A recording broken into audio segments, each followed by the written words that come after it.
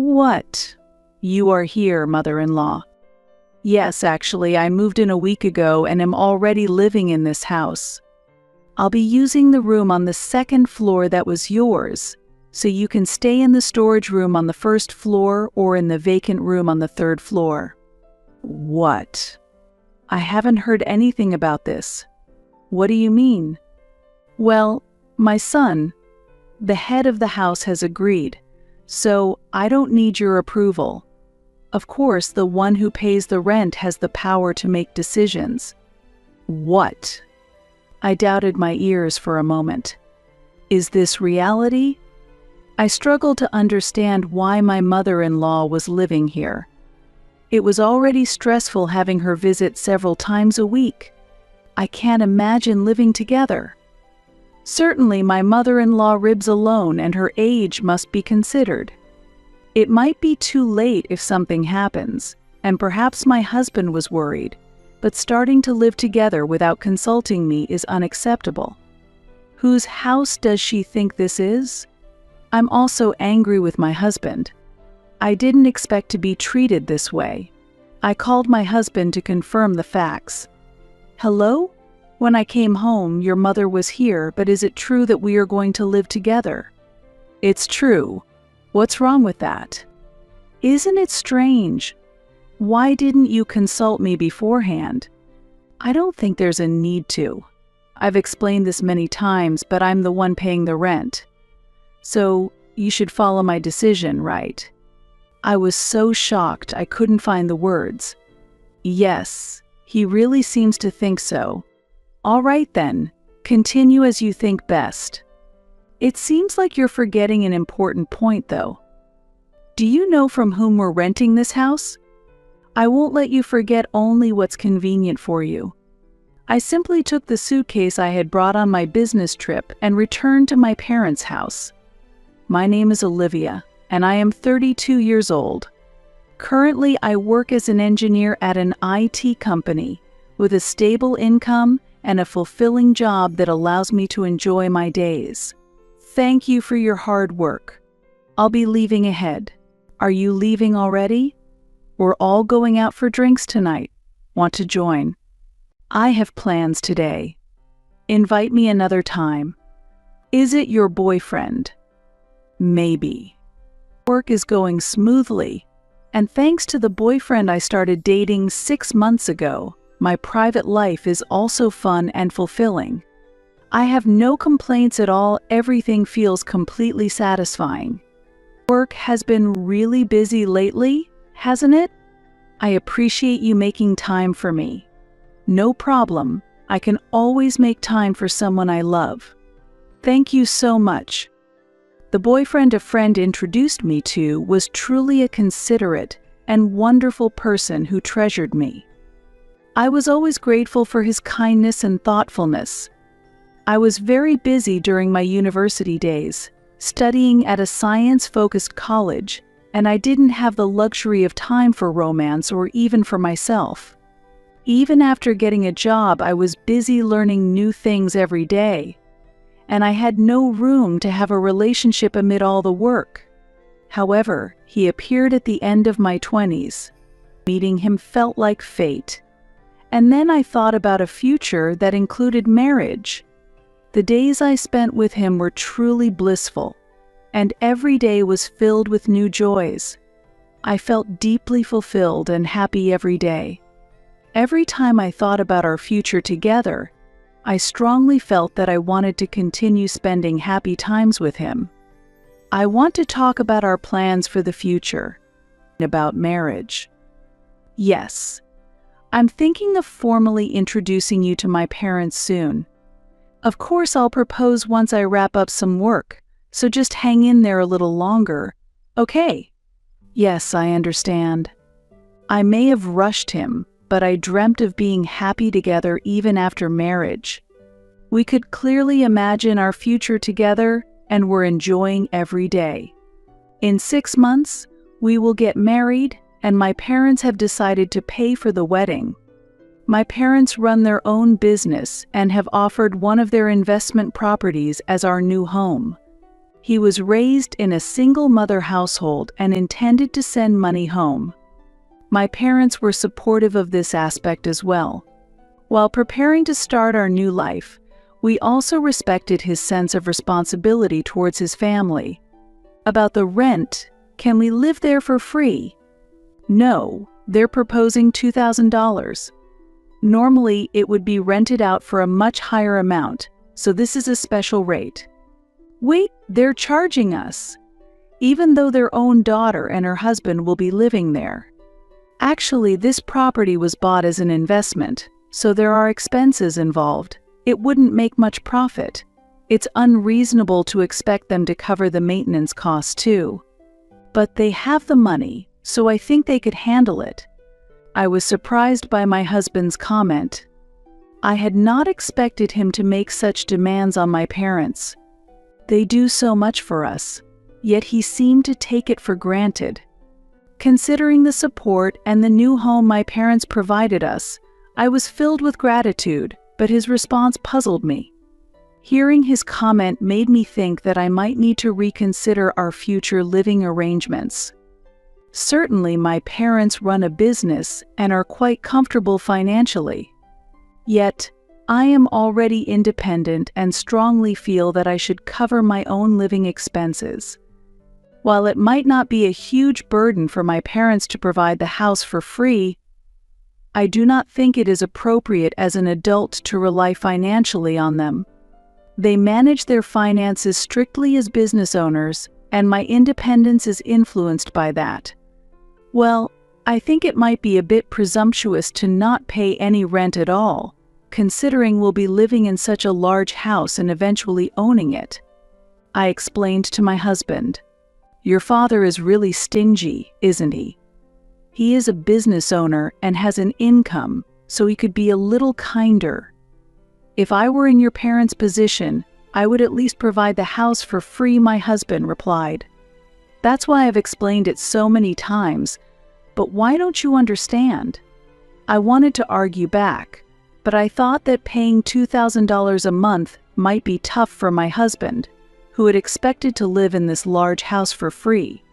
Still, thinking it should be free is a bit presumptuous. "Can't we lower it to about $1,500? my husband further demanded. "What?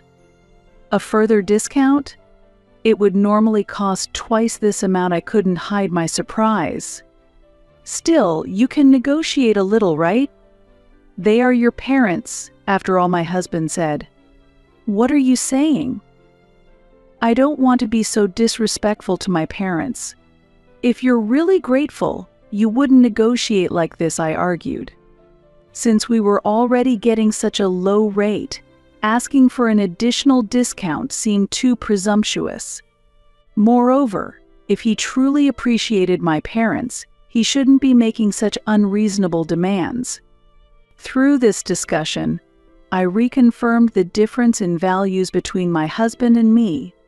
To live together in the future, we need mutual understanding and cooperation. Maybe he lacks a sense of gratitude. Also, my parents have said that we can move any time if we want to, right? If we decide to stay long-term, they mentioned they would transfer the property title to us. Despite my parents being so cooperative, I can't understand my husband's argument at all. How can he be so brazen?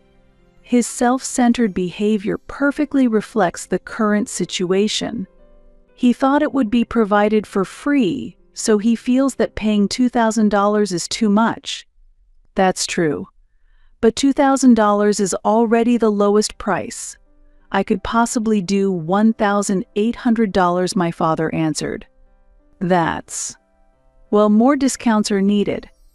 I firmly stated, if we show this much concession, he should understand, and with the $200 saved, he could send money home, right?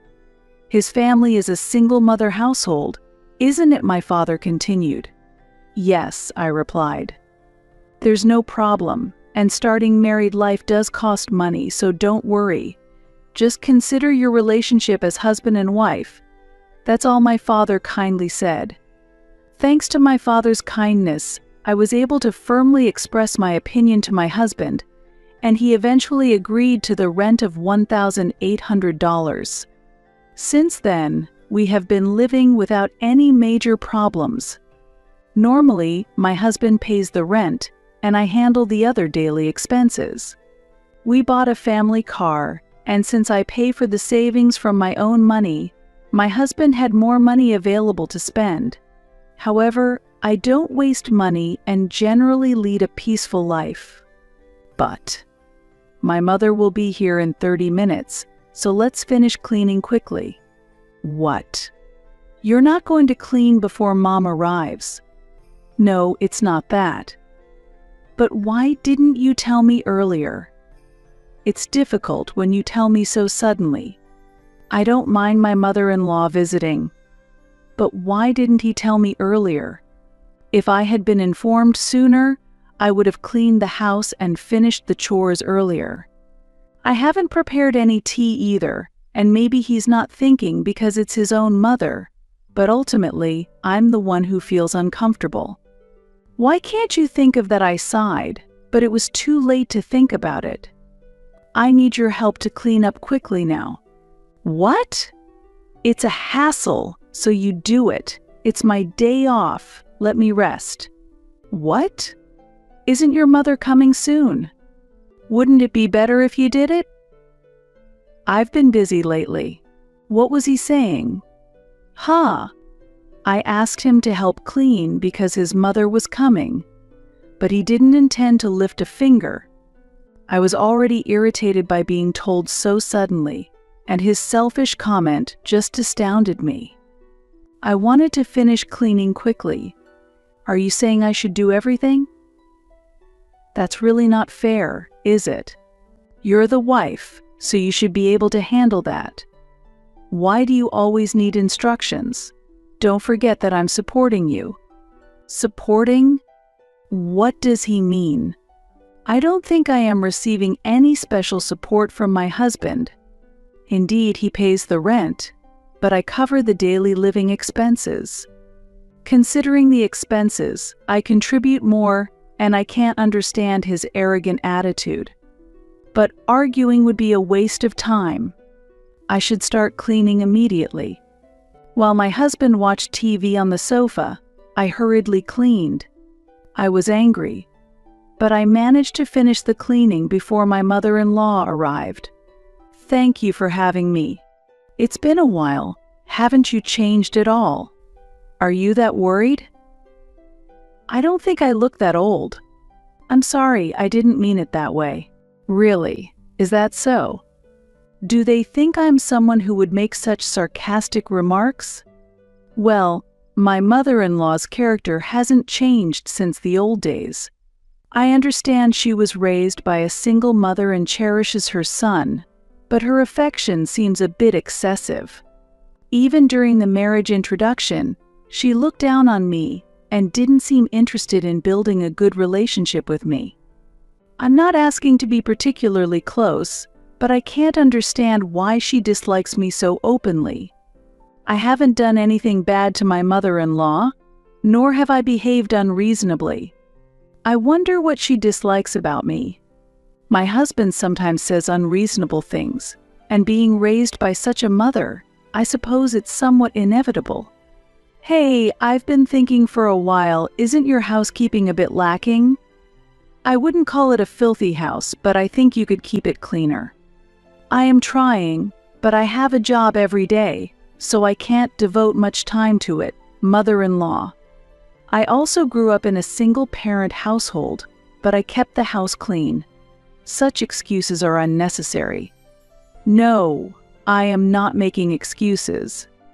Lately, I have been especially busy, and sometimes I need to complete unfinished tasks at home. If a problem occurs with the system under development, I must finish the corrections before the deadline. If the corrections are delayed, serious issues can arise. It's frustrating to be criticized without understanding my work. Furthermore, let me say that my husband was living on social welfare. My mother-in-law does not work, and is nearly in the same situation as a housewife. Although she was a single mother, she had time on her hands, so it was natural for her to do housework. Comparing her situation to mine is unfair. Moreover, we both work, so I shouldn't be the only one scrutinized but also her son who does nothing. I don't seek conflict with my mother-in-law, but when she starts complaining as soon as she visits, I get angry too. Please don't say that. I'm managing all the housework alone, and it's actually quite challenging. It might sound a bit harsh, but I need to be clear, otherwise you might not understand. What? Are you trying to get your husband to do the housework? Even if I want him to help, the reality is that he doesn't. You are the wife, so it's natural for you to do the housework. I heard that your husband pays the rent, so you should at least do the housework. Who do you think is the head of this house? How could you get married without understanding such a hierarchy? That's why I was against marriage. What? I was dumbfounded by her words and lost for a response. Please, enough with the jokes. Interfering in someone else's family is unreasonable, but talking to such a person is a waste of time and mental energy. I responded with a yes while leading her to the living room. By the way, shall we have steak today? There's a steakhouse near the station. That sounds great. Let's enjoy some good food for a change. Olivia, we're waiting at home, so could you pick up steaks for everyone as takeout? Please add mashed potatoes and lobster soup for me. Again, I was being used. Moreover, it seemed like they had no intention of pulling out their wallets. They probably planned to make me pay anyway. If I asked them for money, I could already see the complaints coming. Besides, I wanted to get out for a bit and take a walk, so the timing was good. I'm not pleased about treating them to expensive steaks, but there's no point in dwelling on it. With these thoughts, I headed to the steakhouse near the station. When I got home with the steaks, I was greeted with, "You're late. Consider that we've been waiting." Sigh. Not a single word of thanks, just complaints. It's like they're machines that produce complaints. Complaining seems as natural as breathing to them. Finding faults in others is almost admirable in a way. I thought about responding sarcastically, but I controlled my emotions and sat down. We spent the rest of the afternoon idly, and they went out to eat together in the evening. I wasn't invited, and I didn't go. They are truly rude people. When they returned home, they started drinking in the living room, and eventually, my mother-in-law stayed over. We slept in separate rooms, so it wasn't a big problem, but it felt somewhat lacking in common sense. She left the next day, but my weekend was ruined and I felt significant stress. After that, my mother-in-law started visiting almost every week. It's unclear whether she comes to say harsh things to me or to see her beloved son. As a result, I just kept accumulating stress. I have to go on a business trip for a week starting next week, so please take care of things at home. A business trip? Why all of a sudden?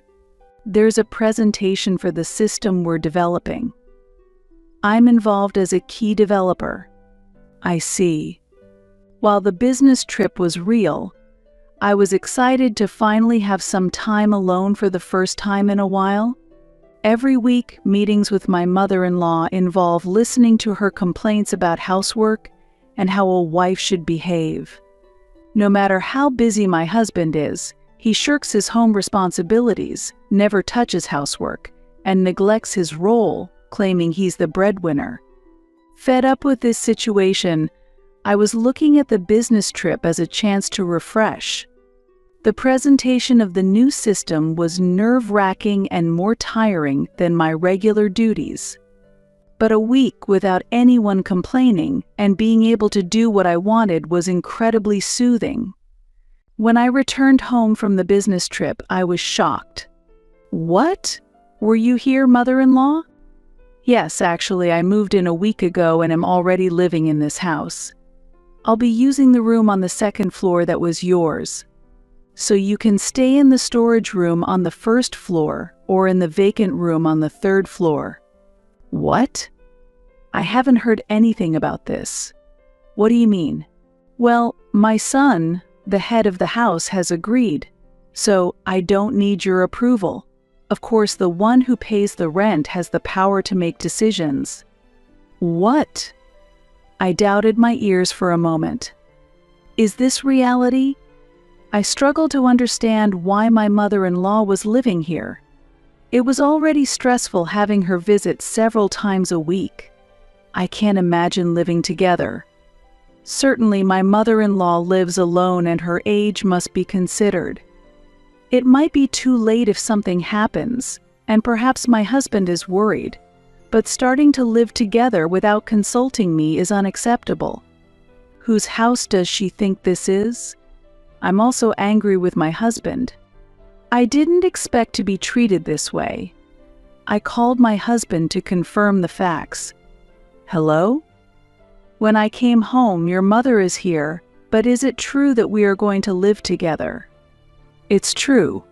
What's wrong with that? Isn't it strange? Why didn't you consult me beforehand? I don't think there's a need to. I've explained this many times, but I'm the one paying the rent.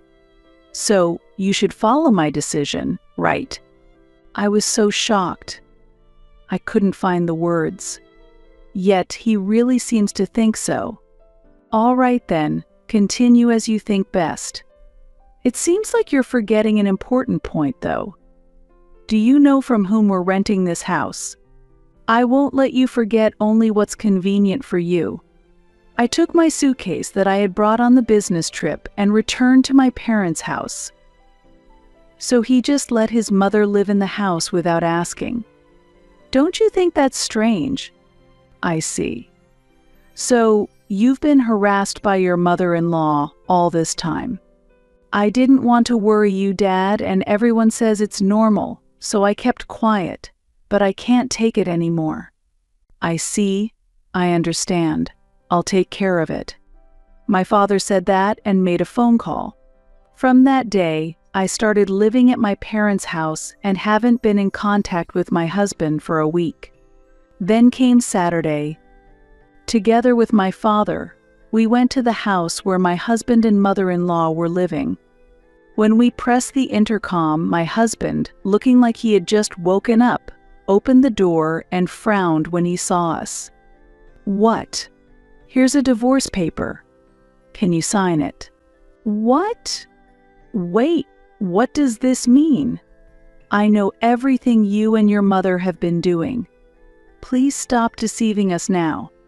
My father stared at my husband sternly, and my husband was clearly frightened. He shrank completely and wouldn't even meet our eyes. However, I continued to speak. Don't think that you can torment me and get away with it for free. No, there's no need to go that far, isn't there?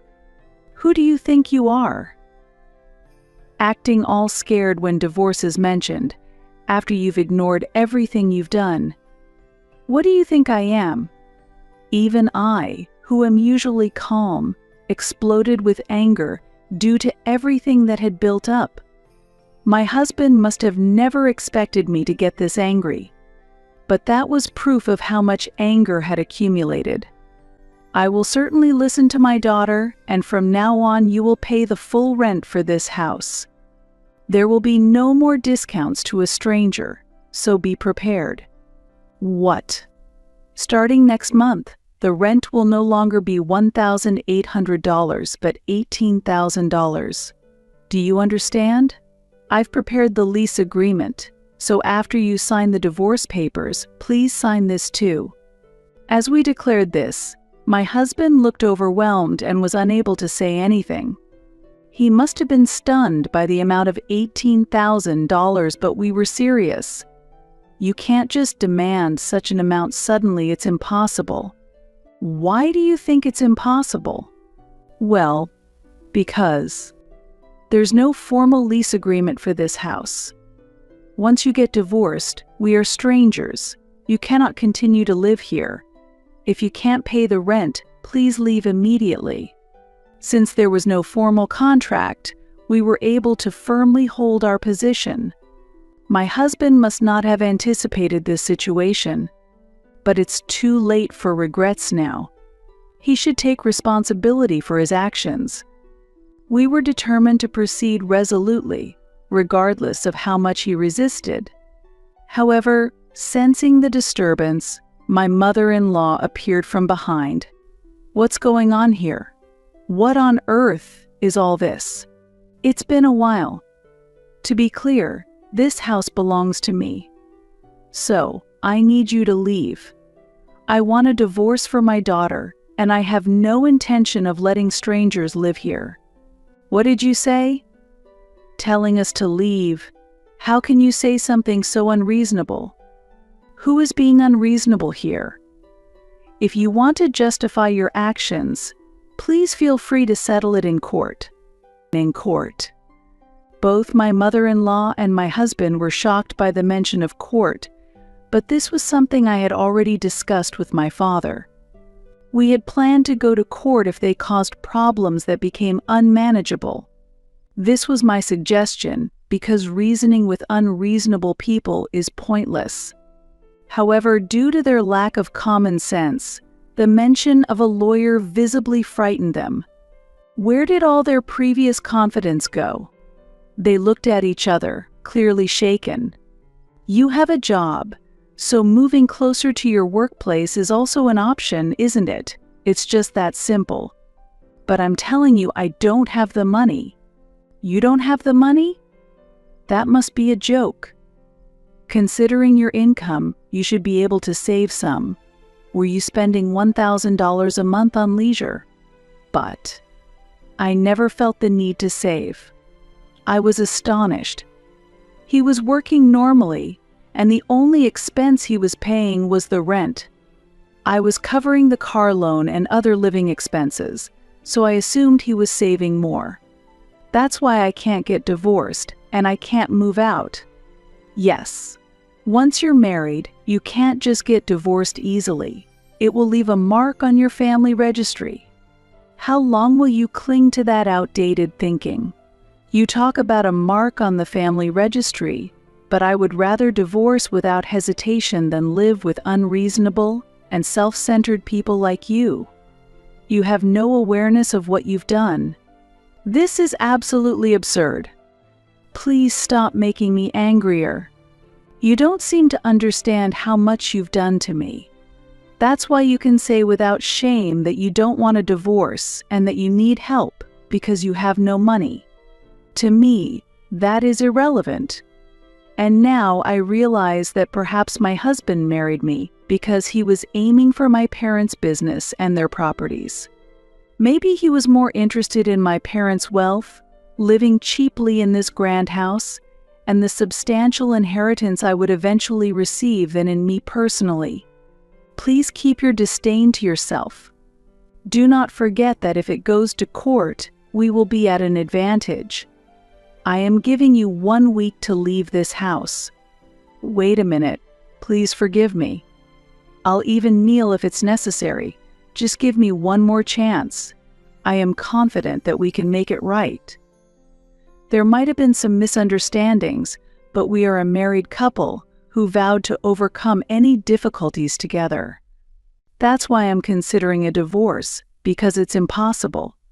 A marriage can't be sustained just on superficial words. Furthermore, since I've been betrayed, I can no longer trust you. Your actions have ensured that I will never trust you again. As I said before, I have a reliable lawyer on my side. Of course, you can hire a lawyer to negotiate, but considering your situation where you can't even afford moving expenses, it would be wise to avoid unnecessary costs. My father's advice is absolutely right. You don't even have the funds to move, let alone afford a lawyer. And even if you were to hire a lawyer, it would be easy for me to divorce you and evict you from the house. Therefore, there is no point in continuing this conversation. With that, I left with my father and returned to our family home. I had already blocked his phone number, so there were no calls from my husband, but messages continued to come through email and other chat apps. I was truly disheartened by their persistent actions, feeling that they did not understand what I was saying. Now I have been consistently ignoring them. My disappointment in their actions deepened, and I felt irritated that they completely failed to understand my views and emotions. However, to avoid their approach, I made an effort to stay calm and not respond to them. Our demands were clearly communicated, and if they did not comply, we had no choice but to proceed with legal actions. Our position was firm, and we were ready to resort to legal proceedings if our demands were not met. I had strong support, so there was nothing to worry about. With backing from family, friends, and professionals, I was confident that I could overcome any difficulties. By the way, what happened after that? The deadline is tomorrow, so if the divorce and move aren't complete by then, I've told them we'll call the lawyer. And this evening I received a message that they had submitted the divorce papers and were ready to pack up and leave the house. They said they would bring the keys here. That's good. Then I'll handle it. You don't need to meet them face to face, my father assured me. Thank you, Dad, I expressed my gratitude. Thanks to my father handling the key exchange, I was able to avoid meeting them face to face. From what I heard through mutual acquaintances, they are living a difficult life. My mother-in-law, lacking a job and means to make a living, searched for a new place to live with my husband. Initially, they stayed in a cheap hotel. Later, they moved into an apartment without a bath, paying a very low deposit, and began their new life together. However, compared to their previous residence, the quality of the new place is extremely low, so their daily life is filled with stress, and they constantly argue. Well, he has a job, so it might not be such a big problem. It might even seem like a luxurious worry. Apparently, the stress has led to severe spending, and they frequently ask acquaintances for money. Really? Is that true? As a result, they are increasingly distanced by friends, which must be causing them great anxiety about their future life. Financially struggling and also needing to care for his mother, it's unlikely that anyone would consider marrying him. Given his age and his inability to manage money, it will probably be better for everyone around him if he remains unmarried. While I find the situation extremely difficult and sad, I also see it as a perfect opportunity for them to recognize their mistakes and improve their behavior. Since then, I found a place to live on my own and am now enjoying a fulfilling life there. Work is going very well, as I am in charge of major projects, and I feel fulfilled in my job. My relationship with my parents is also very good. I haven't decided whether I would get married again, but for now I am focusing on enjoying my current life.